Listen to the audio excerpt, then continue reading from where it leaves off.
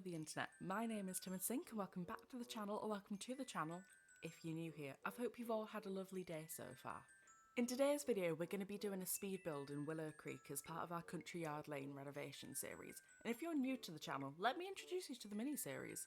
This week, I'm doing a build every weekday in the district of Willow Creek called Country Yard Lane, and this is episode 3 out of 5, and today we're doing the build on a plot called Rindle Rose. I'm going to apologise to the Sims team before I go on a rant about the state of the original Rindle Rose house, so I'm sorry. But this original house was kind of a mess. The house was incredibly dark. I have no idea why it had barely any lights. The furniture was pretty much all of the worst in the base game furniture, all put in one very sort of sad looking house. And the roof was mildly diabolical. So there's a roof piece that's been sort of pulled out, but the sides haven't been pushed in, so you can see a random strip of roof for like half of an exterior wall, and you can see this from the world map. So I kind of had a lot of changes that I wanted to make to this build. Now, Country Yard Lane is supposed to be an upper middle class suburban neighbourhood, and Rindle Rose is absolutely not an upper middle class home. I wanted to make this home with the intention of making a slightly nicer, not so dingy looking house. And I think I pulled that off. Think is definitely the key word in that sentence. I decided I wanted to build a one-story home with an open plan living room and kitchen with 3 bedrooms and 1 bathroom. Now, I didn't manage to make a separate dining space, so the family can't exactly sit and eat all together, but there are enough chairs in the kitchen and living room that they can all eat at the same time. I wanted to keep the original shape as much as possible because I find that houses that are really boxy tend to be really difficult to furnish. Houses with a more complex floor plan are so much easier to furnish, and you can very easily avoid long, narrow corridors. However, a simple, more boxy exterior can make for stupidly difficult interiors. And I wanted to challenge myself with that. Now, there did end up being a bit of a corridor between the living spaces and the bedrooms. I don't think it was as obvious as the original house, so I guess that's a bit of a win. Anyway, my version of this house was a modernised suburban family home intended for a couple and 2 teenage siblings. I wanted the most expensive room to be the kitchen because the kitchen was the majority of the inspiration for the build, and it was pretty central to all of the other rooms, so that was the room I wanted to put the most effort and money into. And if I'm honest, I found this build to be quite a challenge. A good challenge, but a challenge nonetheless. I'm not particularly used to building mid-tier builds. I did learn some valuable lessons during this build. So the value of the house came out to be 47,688 simoleons in the end, which is a bit of a jump from the original cost of Rindle Rose, which is 35,074. In my mind, if this is a mid-tier build, it's definitely not your starter home, but it's not endgame either. And if you've got teenage kids, you've probably been playing in your save for a little while now, and you can probably afford this house. I gave myself a top-end budget of 55,000, so I think I did well to stay under that. Saying that, I learnt the hard way that mid-tier builds can be the hardest type of builds. You're not limited enough for minimalism, but you also don't have the money for luxury, and it's very easy to accidentally overspend without all that much to show for it. I wanted it to just feel lived in, but not maximalist or over-decorated. I wanted to use actual decor rather than just random debug clutter. I found that making a base game house feel new is quite a challenge in itself. Like, how do you modernise an older Maxis lot without losing the original sentiment of the build? I found it quite difficult to turn this house into a modernised suburban home when the original felt sad and outdated. But I feel like a big reason why this renovation is a slight improvement from the original is the fact that I have access to all the packs. I'd find this build incredibly hard to improve with just the base game, and I think that's a fundamental issue within itself. I have quite a lot of opinions on the Sims 4 base game, and I'm gonna pre-warn you because this rant is completely caffeine-fueled and I'm 4 Red Bulls down and it's 3 AM currently. The Sims 4 base game furniture is so bland and out of date it feels like some kind of aesthetic purgatory. It feels like the IKEA catalogue's beige cousin. It's functional, it's technically complete, but it's utterly devoid of personality. Not only is it such a sad set of house furnishings, it seems to be strangely allergic to cohesion. Why on earth do none of the wood swatches match? Why can I not have a pretty set of countertops? And I know this is not related to the build by menu whatsoever, but why can I not have bloody weather? Weather being a whole expansion pack is objectively rude. Why with the base game does it feel like trying to make a cohesive kitchen without custom content? It feels like you're trying to solve a puzzle that comes with no picture and 4 of the pieces are missing. It's technically somewhat doable, but it's emotionally exhausting. Building with the base game makes me need a nap. The Sims 4 feels like it's the only sandbox that's filled with sand but there's no spade. Or you have to spend £1,095.23 for the stupid spade! The fact that this entire game costs over £1,000 is actually abhorrent. Don't even get me started on the lack of gameplay in the base game. School, locked behind a DLC. Pets, locked behind 2 whole expansion packs and a crap stuff pack. Any active career, locked behind a DLC. I'm sorry to any and all headphone users. The Sims 4 base game isn't a sandbox, it's the idea of a sandbox. It's like one of those display sandpits in a toy shop, sealed in glass, pristine, untouched, and utterly usable. Sealed in glass, pristine, untouched, and utterly unusable. You can look, but you can't actually do anything interesting with it. Your Sims will exist, they'll go to work, they'll talk about grilled cheese. Again. They'll use the exact same 5 social interactions when you're praying for a fire, not for gameplay drama, but for something, anything, to disrupt the monotony. The most dramatic thing that will happen is someone will get an uncomfortable moodlet because they used a cheap toilet. Don't get me started on the careers. Your sim vanishes into a rabbit hole for 8 hours, comes back with 240 simoleons, and a mild sense of existential dread. How riveting! You know what the base game really feels like? It feels like a demo with delusions of grandeur. A proof of a concept stretched over a full retail release. It's the bones of a potentially great experience, but with all the meat ripped off and sold separately at £17.99 per chunk. And we buy all the DLCs because the base game has such a decorative equivalent of a beige wallpaper in a dentist's office.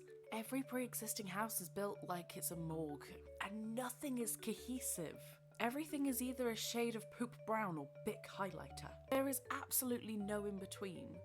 And I know that's probably, a sign from the times, because it was made in, 2010? And a lot of things were very sort of neon or just violent.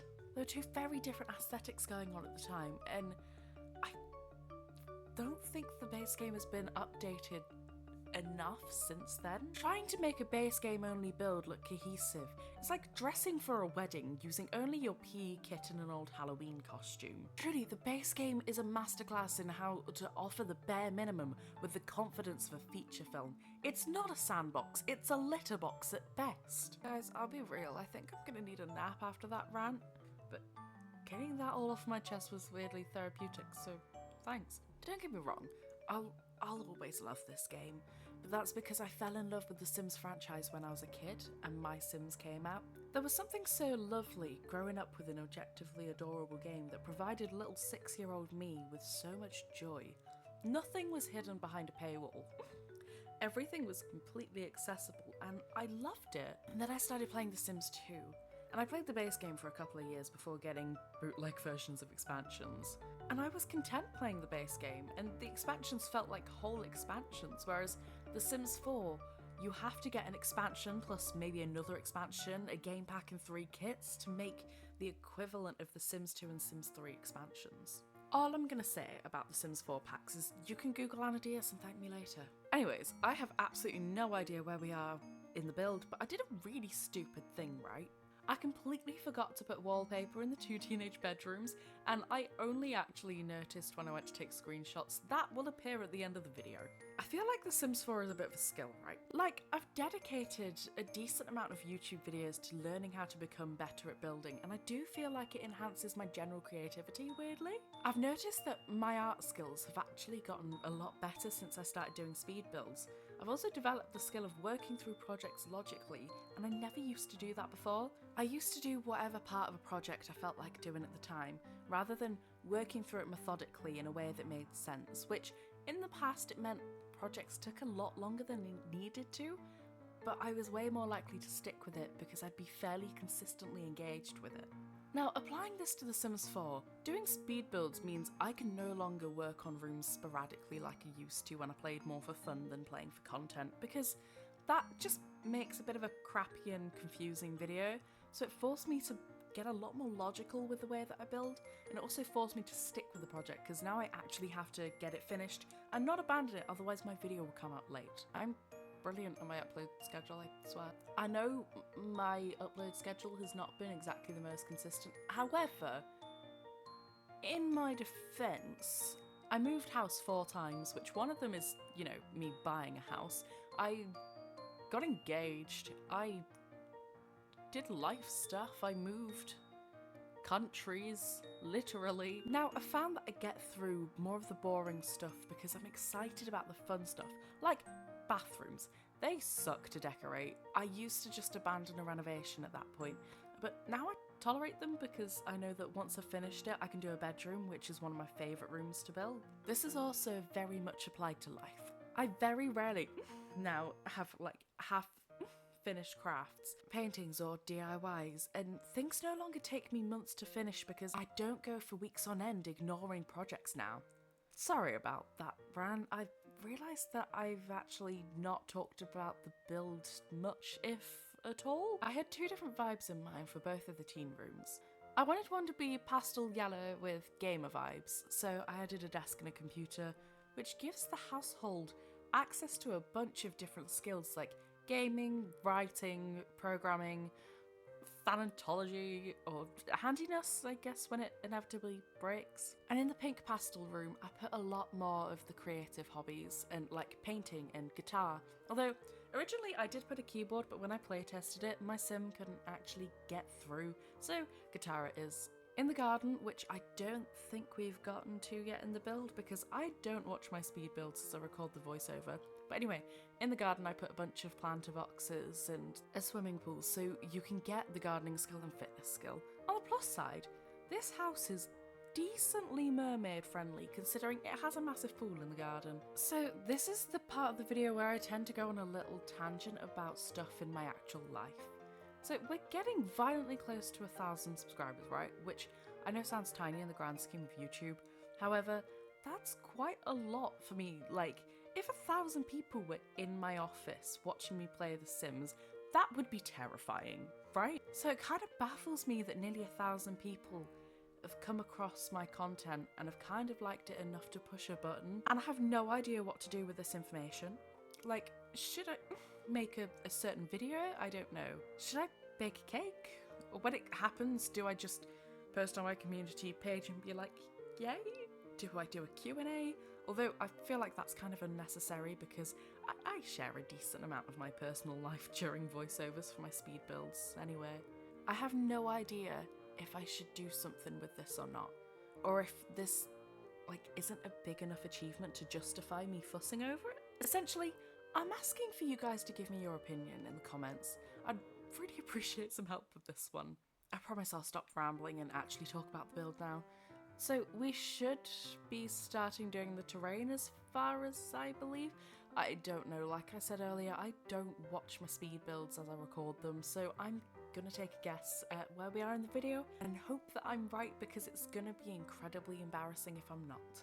So I wanted the terrain to match across all of the houses in this series because, you know, cohesion, I guess. So we used the same set of flowers, the same terrain paint and things that I like. I used exactly the same flowers, and as I did in my 2 Old Mill Lane speed build that I posted a couple weeks ago, purely by accident, didn't mean to copy myself, but here we are, I guess. I don't actually dislike this house. I learnt a lot when building it. Playing with a budget is always fairly difficult, and I feel like I'm getting progressively better at it. Until tomorrow anyway, because in tomorrow's video I objectively suck at sticking to the budget. But that's beside the point. I like that I was able to use so many skill building objects, especially in the teenagers' rooms, and I think I'm getting better at building interiors that have a very boxy, very simple exterior. Anyways, I think we're coming close to the end of the video, so with that, if you could instantly master any skill, what would it be? What's the first word that comes to your mind right now? What's your favourite way to relax? If you ever had to pick one colour to wear forever, what would it be? What's your dream job, even if it's unrealistic? If you could swap lives with any fictional character for a day, who would it be and why? Feel free to pick one or two of those questions to answer, or pick all of them. I'd love to hear from you guys. I hope you guys like the build. If you have any particular Sims builds you'd like me to try, let me know in the comments. I will link another video of mine in the description if you kindly like to watch another. Feel free to leave a like and subscribe, but absolutely no pressure if you don't want to. I hope you all have a wonderful rest of your day. God bless you all, lots of love, and I will see you in the next one. Bye!